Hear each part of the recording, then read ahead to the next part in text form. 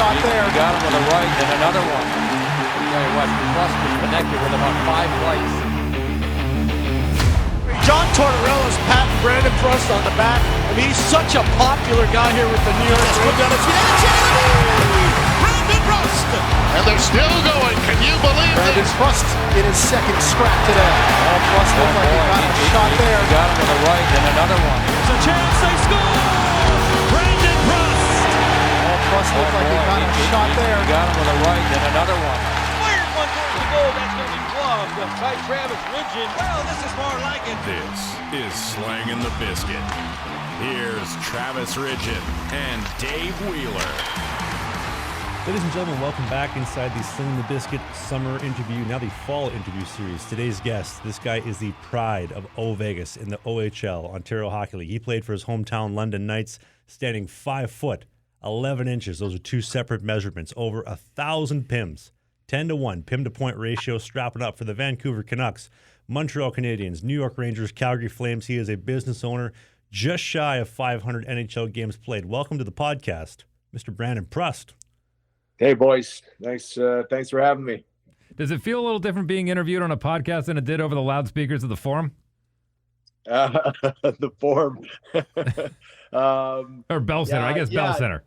Definitely, yeah, the Bell Center. The forum would have been good. I'm not that old, though, but yeah, it's always a little different, podcasting, getting the mic after a game in your face, but at least you knew you played a good game if you're getting interviewed over the loudspeaker. Well, you had a good enough career that you landed on this podcast. I got to ask you, out of the teams that you've played for, I always thought in my mind that putting on an original 6 jersey, there was just something that felt a little maybe heavier about the jersey, or you just kind of looked down and went, yeah.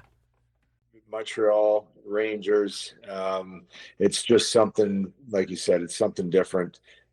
Being part of those franchises, and obviously the fan bases there are crazy, and you always kind of, going to New York was kind of a different experience. When I first got there, that's when I kind of was like, okay, this is it. This is what you want. This is where you want to play. It was such a great organization. So that really opened my eyes, and I kind of knew I made it once I got to New York. But it's funny. I mean, you walk through the streets of Calgary, they're like, hey, this is Brandon Prust. Vancouver, maybe a little less so. Montreal, you're getting it. But I feel like in New York, you're just some random a-hole walking down Wall Street. Well, and you definitely, obviously, not as much as the other places you're known, but New York, it's surprising how many people know you. But I think they're so used to seeing celebrities that they just kind of go, yo, what's up? And hey, good game the other night. It was surprising. I didn't think anybody would know me. Just walking, going to Starbucks. I was at my apartment, and then you hear people like say stuff, and you're like, "What? Really? you watched the game last night?" And so I think they're just kind of used to seeing a New York Knick or a Yankee or a Met or something walking down the street, and they just kind of leave you be. In Montreal, you'll be eating some eggs, and someone will just come right in. And you're like, all right, yeah, can I finish my eggs before I take the picture? Or so it's a little different that way. Did you have any good interactions in New York? Because the one that Kevin Hayes tells about being in Winnipeg, he gets traded, plays the first game, finishes -3. He's at Starbucks the next morning. The two guys in front of him in the line are saying, you see that Hayes guy? No defensive game. He choked the puck up like 3 times last night. He passed the guy on the shoulder. Oh, don't worry, guys. I'll be better next game. Oh, man. That's hilarious. Actually, one time, so after I got traded I didn't get traded.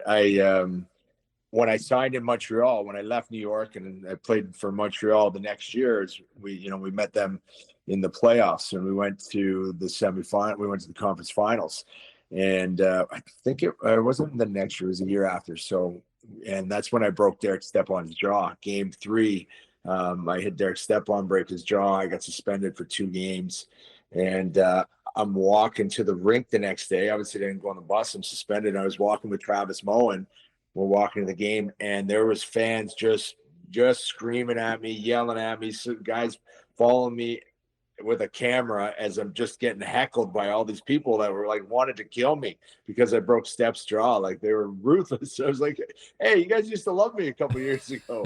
Now they just I was an enemy there. And, Short memories in Montreal. Short memories. And let's talk about that hit since you brought it up. Do you still feel like you gave him enough warning on that one?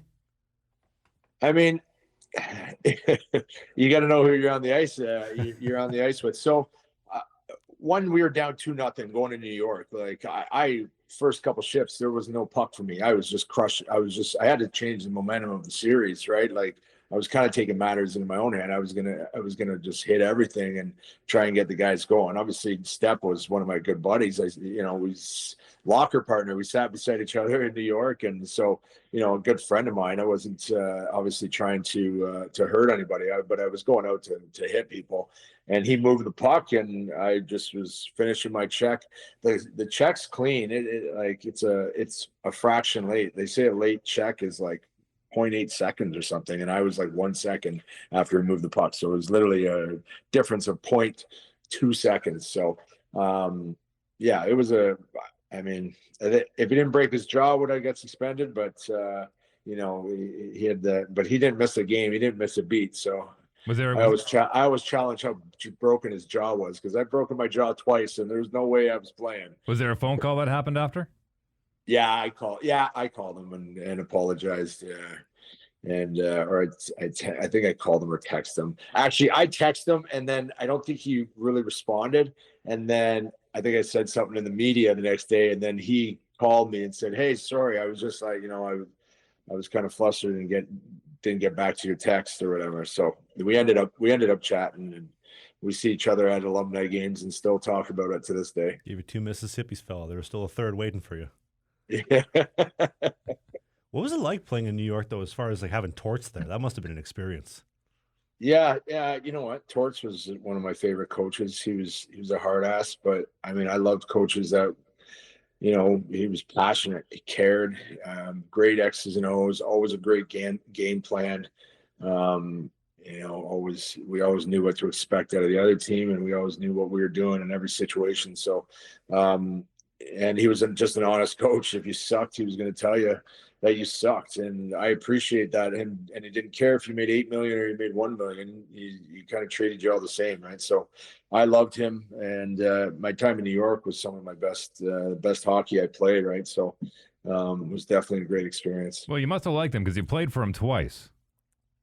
Torts? Was it twice that you went to him? Just the once, eh? Just the once. I was in New York with him for 3 years, yeah. And then I had Terry in Montreal. And then in Vancouver, we just missed each other. He went to Van, and then he was out of Van when I got there.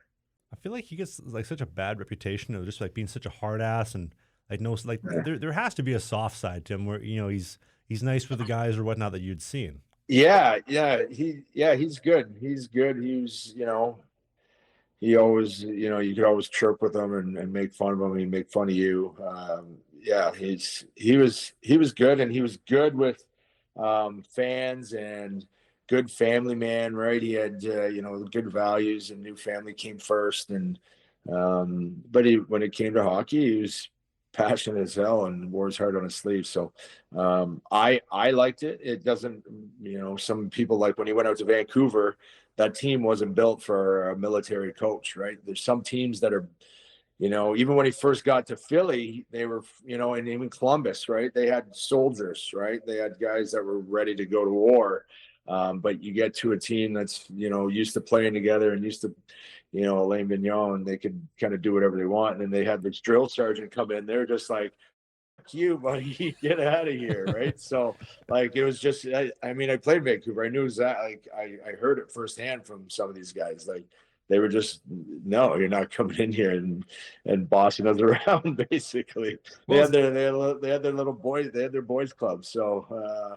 I think that's kind of what didn't work there. Well, I think you would hang your hat on the fact that you were an old school style player. He's an old school style coach. And looking at the game now, those guys are starting to be less and less behind the bench. And even some of these players are less and less that way, where you don't coach a team anymore, you coach individuals.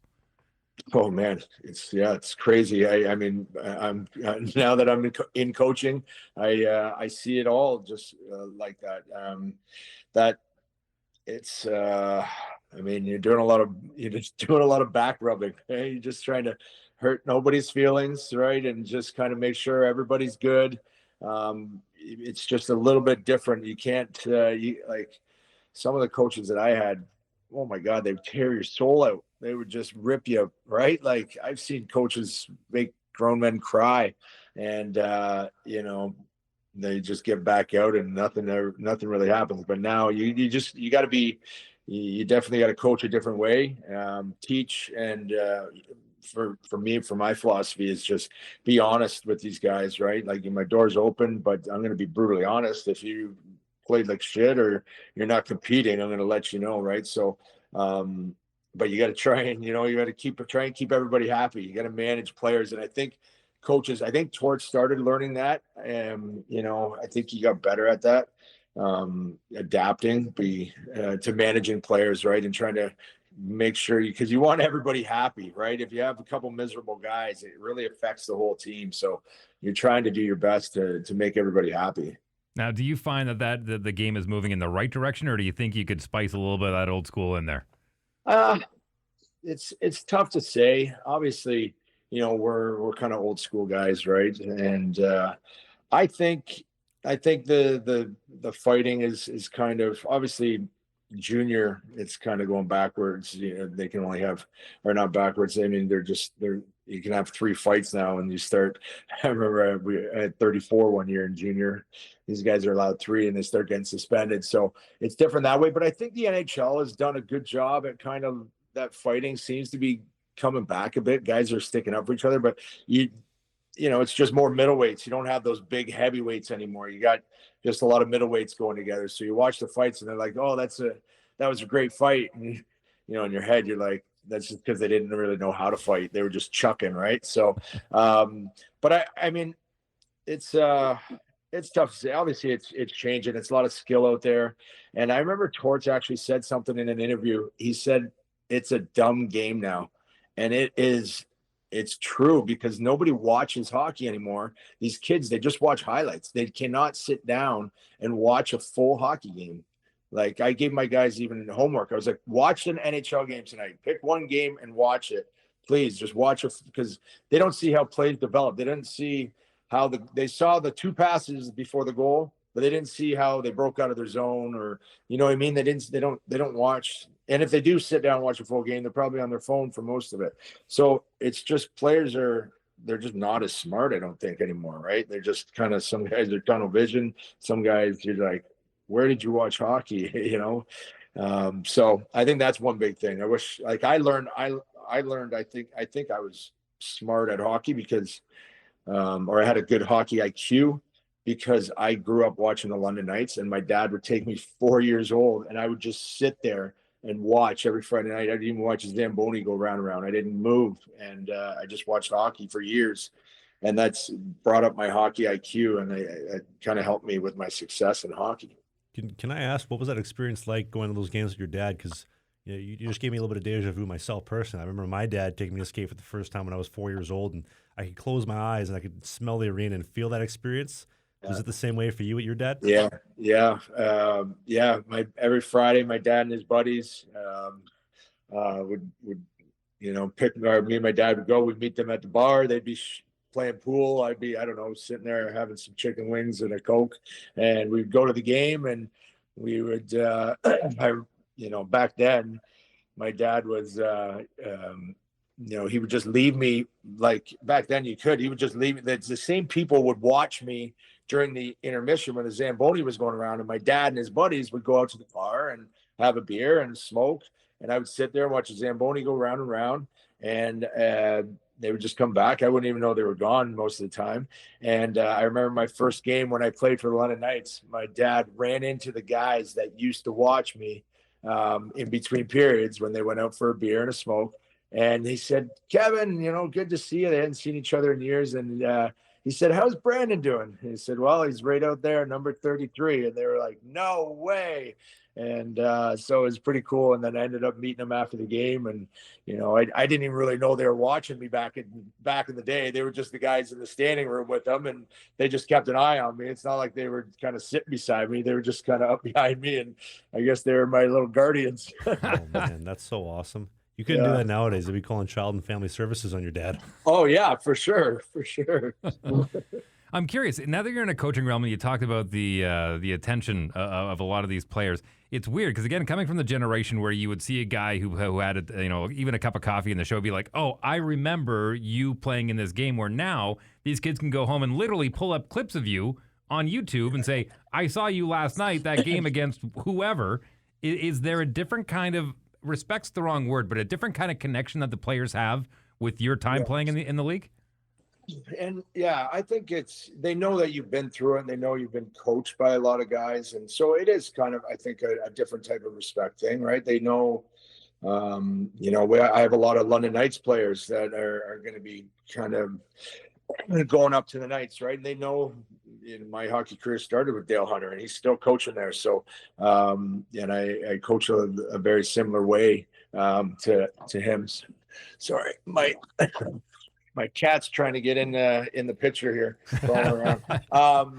But sometimes these guys are sending hockey fights of me. It's on our team chat. They'll throw on some old school hockey fights that I got into, and or send them to me on Instagram or something like that. So it's good. And I think they definitely always appreciate, and even our coach, Roman Nader, he's played lots of pro. And so guys know that. They know that you've been through it, and they know that you've been through an era of where it was hard-nosed hockey as well, right? So I think it definitely helps with the coaching and them listening to what you're trying to teach. And how are you enjoying the process of coaching? I mean, overall, I mean, you stayed involved in the game, which is a very small percentage of guys coming out of the league. A lot of guys, and we can talk about this a little bit if you like, but that transition you made where it's like, okay, my playing days are done. What am I going to do now? Yeah. Not a lot of guys get the opportunity to get into coaching. So how are you feeling that you adjusted from playing to where you are now?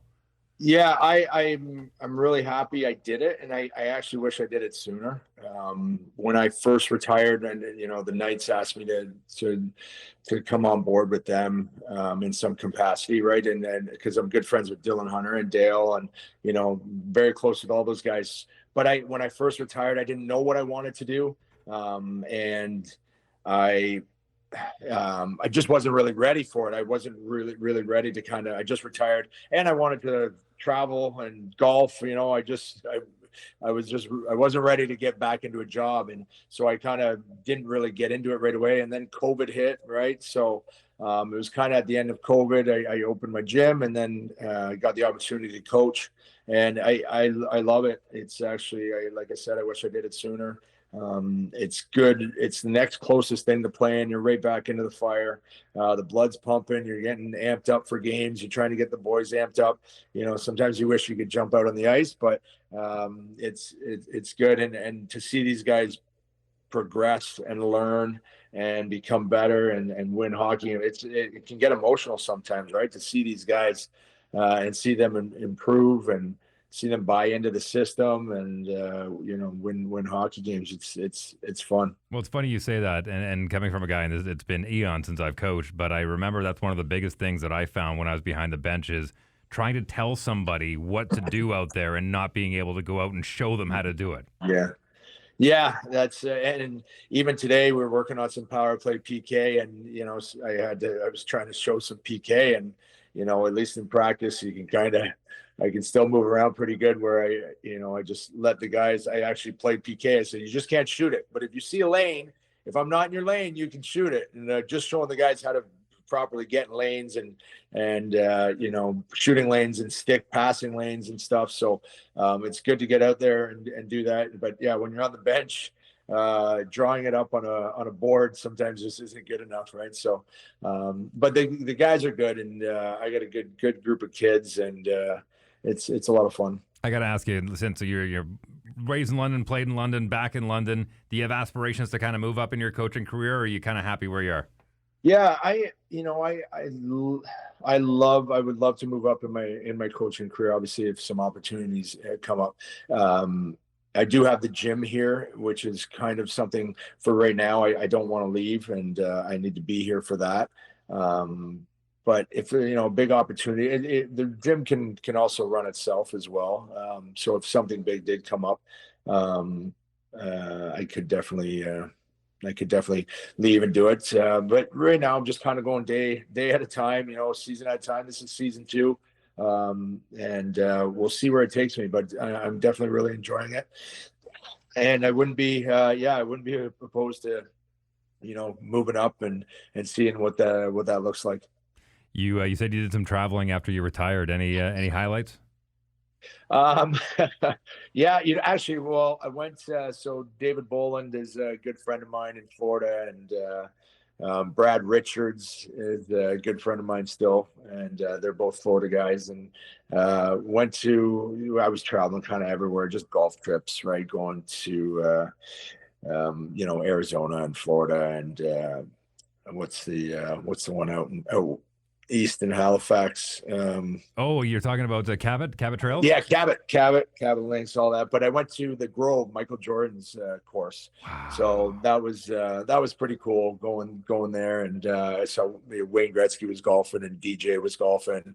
So we had beers with them after. It was pretty cool. But yeah, I was just traveling around, just kind of going wherever I could, Oregon, and we went to Riviera and Whistling Straits. So I was just enjoying it for a good year and a bit, and then maybe 2 years, and then COVID hit, and then that's when I once COVID was over, I was like, I need to do something. I need to, I was locked in my house and just kind of going stir crazy, and I just that's when the gym, I started the gym, and then the coaching opportunity came about, and they've been running with that for a couple of years now. Okay, well, I'm going to ask you because it's probably, I know you're a much busier guy than you were then, but what was your handicap then when you were traveling around golfing compared to now? I was, I was kind of like an 8 back then, 7 or 8. I'd say I'm about a 12 now, and this summer I'm just so busy. This summer I think I had maybe 6 rounds, as opposed to what I normally used to golf was 75, 80, right? So, and definitely not golfing in the winter. I haven't been anywhere, I don't think, golfing in the winter for the last couple of years. So that's okay. I'll give you 3 strokes aside. Just make sure you bring your wallet. Yeah. Where are we going? We got to wait till next summer now. Winnipeg's probably snowing there already. No, are you kidding me? 28 degrees here at the beginning of October. We still got some golf left in the season. Okay. Rusty, I gotta ask. You're talking about your travels, and you seem very passionate about it. What was your living experiences like in Montreal and Vancouver? Like some of the best cities in Canada, at least at the time. Yeah, Montreal was. I love Montreal. It's just, and I lived in an area that was it was more of a francophone area, so it wasn't like downtown English. I was kind of living up, they call it the plateau. So just really, it kind of reminded me of New York a little bit, really small bars and restaurants, might not even have a sign on the front, right? Like you just knew about it. And just great cuisine, great food. And then, Vancouver, obviously I was right in, right on the water. And were you a Kitts Beach guy? Were you living on Kitts Beach? No, I was, I think it was called the Cole Harbor or something. Cole Harbor, yeah, right along the waterfront. Yeah, Cole Harbor, right? So I was overlooking that, the mountains behind there and the water. Like, it was beautiful, and obviously great food there as well. But Montreal was definitely something very special. Well, New York was my favorite, though. New York was just an amazing city, and an organization that took care of you. I've never been in an organization that took care of you like the New York Rangers. Well, I'm curious now. The first time that I was in Manhattan, and I had to find Madison Square Garden. It's really uninspiring when you realize, I passed it. I mean, it's not a rink like other NHL barns where you can't miss it. I mean, it's literally on the 3rd or 4th floor of Madison Square Garden? The fifth floor. So what was your experience like first pulling up going, really, this is it? Yeah, I mean, it's pretty wild when you pull up there, like, and I lived, I would just take a cab to the game. Like, I would literally just walk out, hail a cab. There was no Uber back then. You just wait for that yellow cab, and it usually took about 5 seconds, jump in, and then you're pulling up the back of MSG and walking up that big, huge stairwell. And yeah, I mean, it's the oldest arena and one of the greatest arenas of all time. So it's pretty special playing there. I liked it before. I liked it better before all the renovations. The renovations are great, but just before, like, the fans were right on top of you. It was like just so much old school. I know they had to update it, and it's great now, but just when I was there, yeah, it was the best barn to play in. Can you fill me in? Obviously, you're a little bit more seasoned than I am, but they did the renovations late 2000s, early 2010s, and the arena's been around since the 50s, roughly. Yeah. So I don't know if they did. Yeah, I don't know how old the arena's been around. I don't know when it was built, but 40s or 50s for sure. Yeah. And then I don't know if they did any renovations in between that, but they started that first phase of the renovations, I think, when I was there in 2011. And then it was completed by like 2014 or 15, I think. So it was kind of a 3-year process, but they just kind of made it more stadium seating, and they put in some more suites, and it's just more like backed up now. Before, I felt like it was like this before, right over top of you. Now it's just kind of like, like a normal one. So it's not the same, but it's still a great arena. 1968 for the record. Okay. I was going to say, yeah, it's like 50s, 60s. Okay. Not bad. That's a good little shift. So when they're standing like upright more like that, when they're playing the song, they're towel waving, that's a lot more intense when you're the visiting team. Yeah, they're just right. It just feels like they're right on top of you, and it's just louder. It just wasn't as loud. I remember when I went back, I was playing for Montreal, and I think it was even playoff time. It just, maybe it was a different view from the other side, and maybe I just didn't realize it, but it just didn't feel the same. We ask this question of everybody. I got to ask, you get your first big paycheck in the show. What do you spend it on? Oh, man. Probably something stupid, that's for sure. Oh, I don't even know. Like, I don't where I was in Calgary.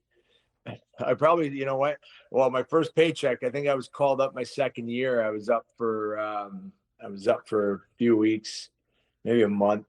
I probably spent it on the boys when I got sent back down, took the boys out for a nice fun night. So I can't really remember any. Probably bought some stupid ass clothes like that looked ridiculous, right? And had some rhinestones and sparkles on it or something. I don't know.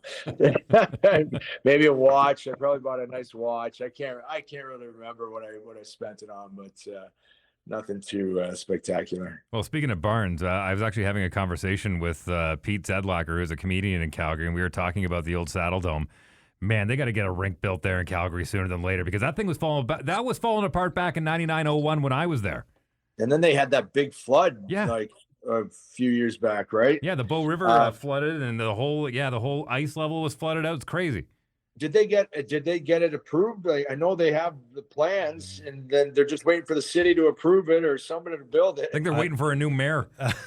Yeah, I was there a month ago. They've already started building the new arena. They have. I heard that there was pylons out in the old Stampede grounds. Yeah, they've already announced the Saddle Dome's getting knocked down in 2 years. Like the second the new one's open, gone.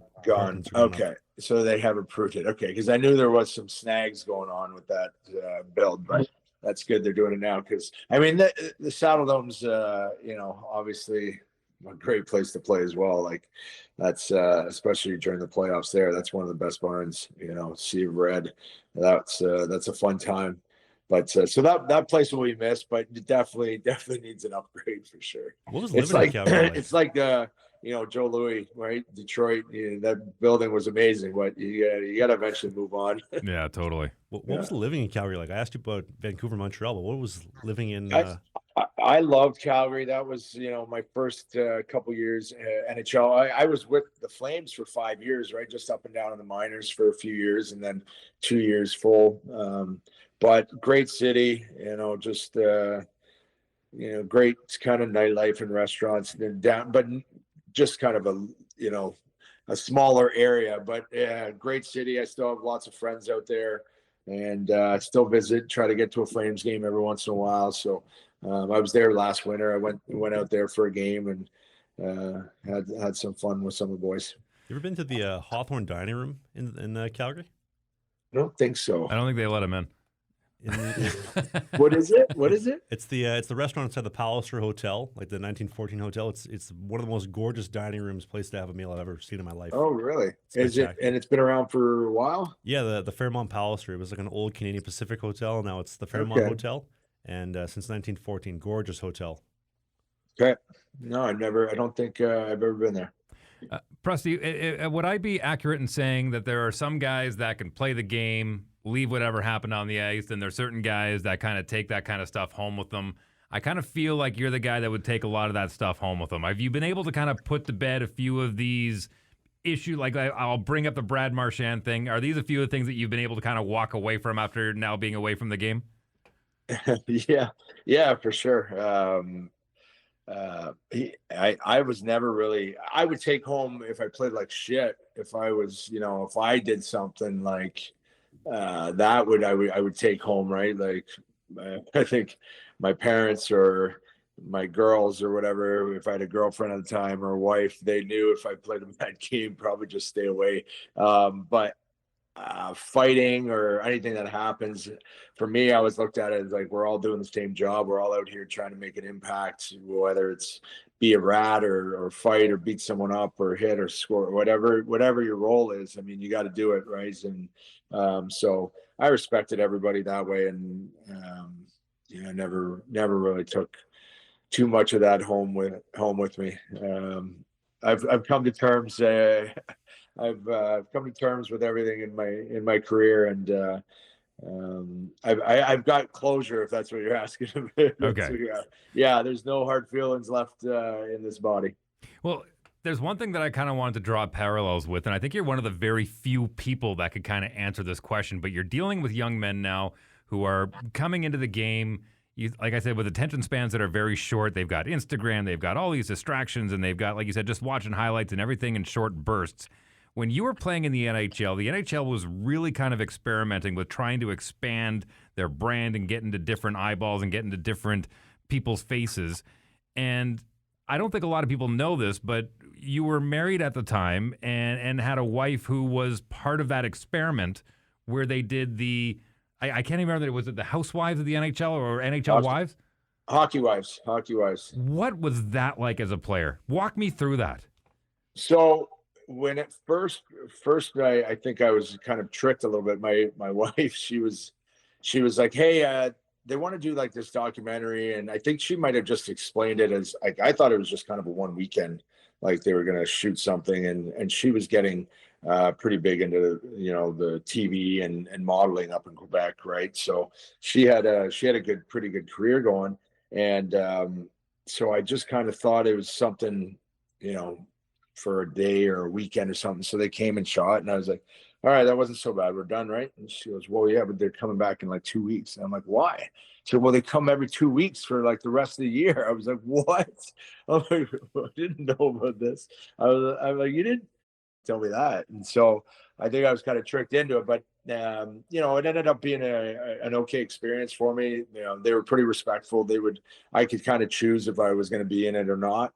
I guess it just depended if I was playing well and the team was winning, I would be in a good mood.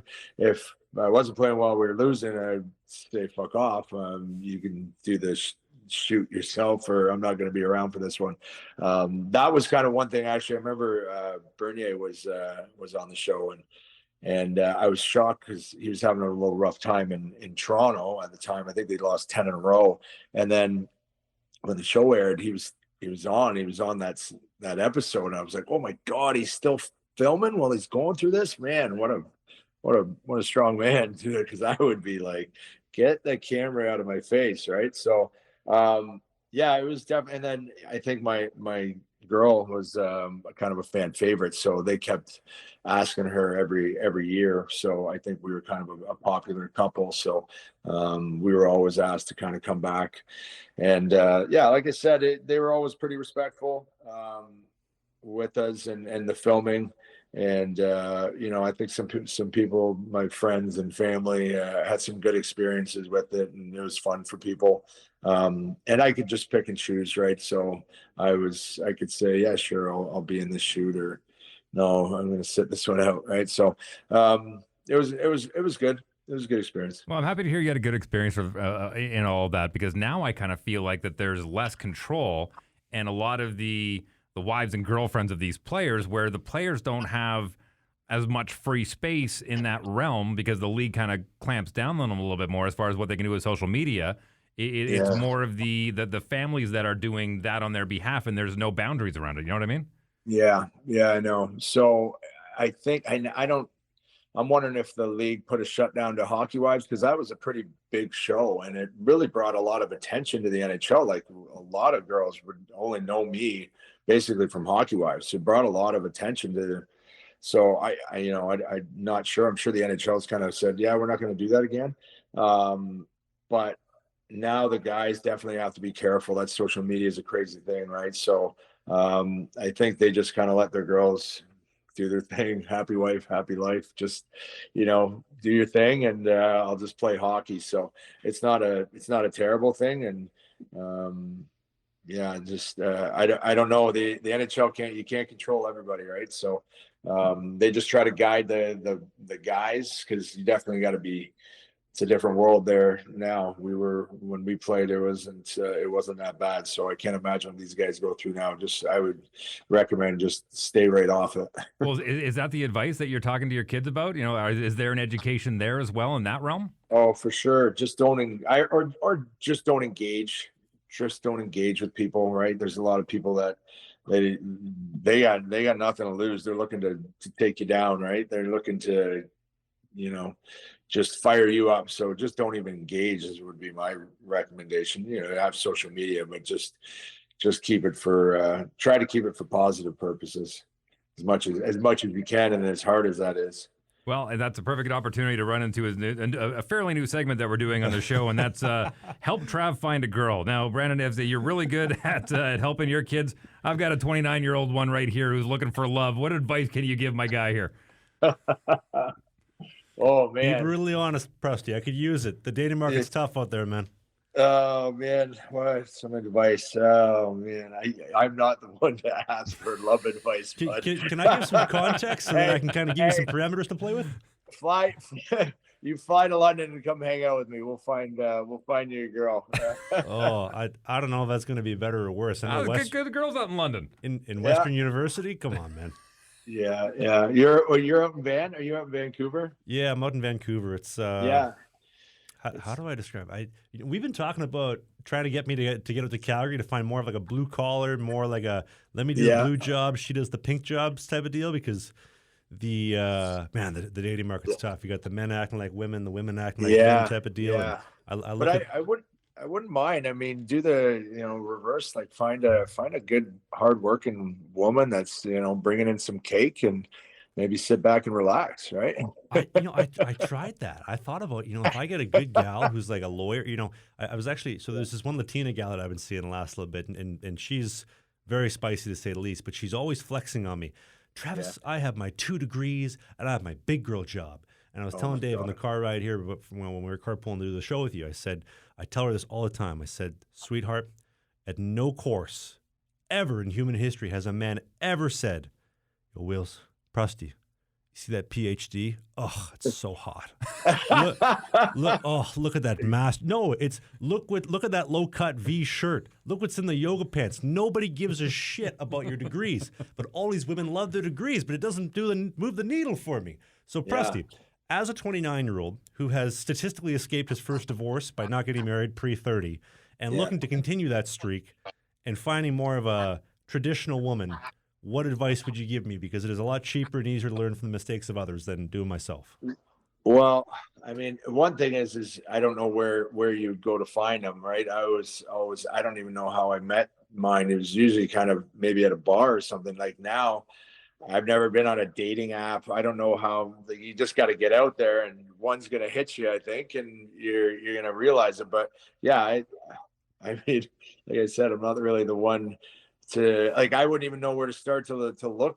Like, did people pick up now with Instagram or like sliding into DMs or, I don't know, but you just got to find the one that makes you happy, buddy. Can I ask, are you still with the same woman from your playing days? No. Oh, I hit that statistic that you just mentioned, that divorced statistic. Oh, shit. I was divorced 30, probably 35, I would say. Oh shit! Sorry, man. Yeah, no, it's all good. It's all good. Well, did you get the cat in the divorce? No, this is the new one. Well, I thought I saw a dog crawling around there earlier. Dog parks are always a great spot to meet women. What kind of dog you got running around there? Yeah, you could do that. Dog park. That's the thing. I'm 41 now. Like, I'm not going to go to the bars to pick up chicks anymore. But I guess if you're desperate, you gotta do what you gotta do. You know what I have found some success in, Prusty, is when I'm out in public and I see a very beautiful woman in my proximity, I will immediately try to find the fattest or oldest or ugliest woman nearby and talk to her to try to like offset, like, oh, look, if he's talking to them, he'll talk to anybody. And then I turn my attention like who I want to. I've had some success with that. The Instagram does work. It does help having the check mark and the following, because you shoot right to the top. Yeah, you don't realize a good looking girl is doing that to you, trying to look for a better looking guy. Yeah. Well, it's funny. I was telling somebody about that strategy the other day, but I always did it kind of with friends. So out of the bar, you'd have the really, really hot girl that all the guys were kind of, going after or trying to buy a drink, and maybe her friend just wasn't as hot as her, but their friend was I would always go to the friend. I would always just start talking to the friend and just being that really nice guy, get the friend a drink, even though I wanted her friend. But when it got time to like, hey, what are we doing after? The friend that you've been talking to is going to be like, this guy's really nice. Like, let's go to their place. And he's having some people over. Let's go there because, he's a really nice guy. So, because if that hot girl's getting all the attention, usually the friend is kind of pissed off. And when they say, okay, what are we doing? They're like, the friend would be like, hey, we're going home. We're out of here. But I would be so nice to him that she'd be like, okay, yeah, I'm down to go to an after party. So that was always my play. Always kind of go for the friend. I see. So she wants a little. And then at the after party, you go for the really hot one. Okay.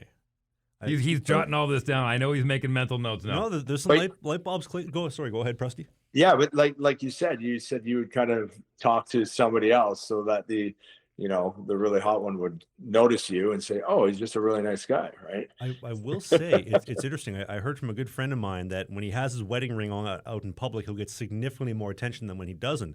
And I've noticed that when I have a girlfriend, I get a lot more attention than when I don't. Forbidden fruit is always more tempting, man. So maybe you might have more of a swagger, right? You might have more of a like, I don't really care, or I'm not really looking, right? Girls might like that a little more. So if you're out there and you look desperate, they probably don't like you. They're like, oh, this guy's got empty nest syndrome. He's just looking for anything. Prusty, this has been a weekly staple for about 2 months, and I think this may have been the most progressive episode that we've had. I've learned quite a bit, and I really do appreciate the insight. If you don't mind, we actually, I'm glad you're enjoying this as well, Dave. We had a high net worth and divorce lawyer actually on the show over the summer. It was a really great conversation for an hour and a half and talking about basically exactly that, and how I think the stat was, and correct me if I'm wrong, Dave, 70% of couples within 365 days of the male retiring from the professional sport, within that time period, the woman is the one filing for divorce 70% of the time. Which I thought, like, that's insane. Over half the couples, well over half the couples are pulling the pin after a year. And I thought to myself, we talked with, a good friend of yours, Dale Weiss, on the show, and he was talking about the lifestyle change and how he, like, immediately, like, he knew his purpose. He knew what he was doing. There wasn't really much of a switch. But for hearing from other guys, there was, an immediate switch of, like, chasing excellence in the pursuit, and you're on the top of the world, to I'm just going to go pick up the kids at soccer, drop them off, and get a coffee. It's such a change. I'm wondering, like, do you have any thoughts on this? Yeah, I think, and also, I think it's tough because, when you retire, men go through a tough time, or athletes, I think, when they leave the sport, it's a tough transition because you're never really ready. I know we see, he knew what he wanted to do, but Most people don't. They have an idea, but they're not really. It's a tough transition, so you can go through a hard time. And I don't know if the wives are just like, I can't wait for you to get over this for that long, like, and they just are like, peace out, buddy. You're not making that paycheck anymore, and you're not, I'm not going to the game Saturday nights with my Gucci's. So I don't know. But I know a lot of men go through a hard time when they if the wife can't stick it out maybe too long, or they can't wait a couple years for you to get your life back on track, and they just peace out. Maybe that's kind of the mentality of it, or they just get tired of it, or they're not used to being together 24/7 and they kind of get sick of each other. It could be another factor. You're not really sure, but it's definitely a stat that maybe people need to be aware of, just so they can be ready for that, post-retirement. Well, I'm curious because you talked about the transition. Like you said, I'm retired. You took a year or two off, and you said, I feel like I need to do something. Was there at least an option from the PA to kind of help guys that are in a situation where they're transitioning out? I think there is. Not that I really ever really paid attention to it. I wasn't really dialed into that. There should be more. I think there should be more. Like, even some guys that have been through it can maybe go and talk, because that was one thing. You think you're going to play till you're 38, but it can kind of end with abruptly. Maybe you have an injury, or all of a sudden nobody wants you, right? So it's a young league now too. So you could be 30 and being pushed out. So you have to be ready. Callie, you have to be ready for it. Callie, hey, come here. For those in the audio version, I think there's a dog. That's a dog, yeah. There's a dog incident That's happening. a dog. That's a dog for sure. That's why I got to watch on YouTube. The video version is so much better. Sorry about that. What do we got there? The dog barking at the window? I can help with that. Yeah, my girl's coming home, so she's barking at her mom. Yeah, so what were we Transitioning out of the game and the PA. Oh yeah, so that's kind of something I think should be brought up, and because there's a lot of men go through, and I'm sure women too, that maybe are retiring from professional sports. You're used to something for so long. You're used to that dressing room. You're used to that travel. You're used to being around the boys, and I think that's the hardest thing, right? Everything you've known since you were 5 years old is now gone from you, and a lot of people, maybe spouses, don't even realize what you're going through, right? So and players might not even know what they're going through, so they got to be aware of that, because it is a transition for sure. And like I went through it, and then COVID hit, right? So like it was a long transition. I went from golfing for a year and having fun, and then locked in my house for a couple of years. So it's definitely a tough transition, and people need to be ready for it. What do you miss most about the game? Yeah, I think just that well, obviously the locker room, but that intensity, right? The playoff time, the going to war, going to battle, the practices, the sweat, and just being in the dressing room. That's the best. That's what's great about coaching. You're kind of back in the room. You're back. It's tough. I'm still pretty young, I'm only 20 years older than my players, and you still feel like the guys are trying to get stories out of me, or they're trying to invite me, like, hey, Prust, you gonna come to the bar tonight? Like, I wish, boys, but I can't. But be safe, and separating yourself from being one of the guys, one of the players is something that is tough as well, right? So but coaching is kind of the next closest thing, being in that dressing room, being back in the battle, being back around the testosterone, right? So you miss all that friendship and that camaraderie. Oh, listen, we know his girls got home. Don't want to take up too much more time, but what kind of dog you got floating around in the back there? It sounded like a healthy bark. Yeah, that's a Mastiff Husky. Beautiful. Yeah, More Husky or more Mastiff? I would say more Mastiff. Yeah, more Mastiff. But and then has the one kind of white eye, husky eye, and then a dark eye. So, yeah, nice, good dog. Other than the barking. Anything else, Trav? Prusty, out of respect for your time, how much time of yours can we have? I have a few questions here. I want to pick the best ones depending on what your response is. Yeah. She's I don't know, she might be on the phone. She's on the card, or she's waiting for me to finish. 5 minutes. 5 minutes. Is that good? I can give you more. I want to ask you about Sean Avery then. What was playing with that guy like? Because I remember hearing him tell the story of Torts gassing him, and he said, F this, took all of his gear out and just tossed it in the Hudson River. It's probably still sitting there today. I heard that he chucked up in the Hudson. I got along with Aves. He was my line mate when I was there. So, we played pretty well together. We had some good chemistry. Got a few fights alongside him. And, I never had any issues with Sean. He was a good guy. Obviously, he did some stuff for some gap, people just going, what the hell? He wanted that shock value with some of the stuff he did. And, I think there was some, a little act going on there, but, he was a good guy, always good to me. And, I enjoyed my time with him. Last one. I want to know about your former teammate, Dale Weiss, who highly recommended you and told me you got to get Prusty on the show. Also, Rob Lalonde, Rob from Butt Ends, he said same thing. Prusty is a beauty. You got to get him on the show. And Carey Price, what was the playing with that guy like, especially in the Montreal era? Because it feels like the last time they had a real goalie, Bill Belichick's girlfriend was still in high school. So yes, Pricer was such a good guy, and great goalie, great teammate. He was more of a calm. He was just so calm, right? He never really got too emotional. He was always pretty just level-headed. So, but. He was a great guy. I always loved his camel gear. One time we're going out for dinner and I see someone, I'm like, he carried around a knife? Yeah, he's always got his big knife on him.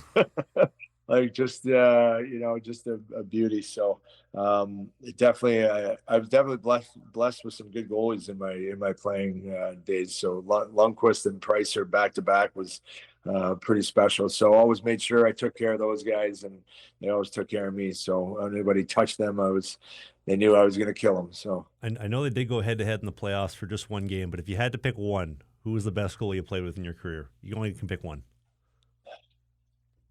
I mean, Hank's gonna hate me, but I gotta say Pricer.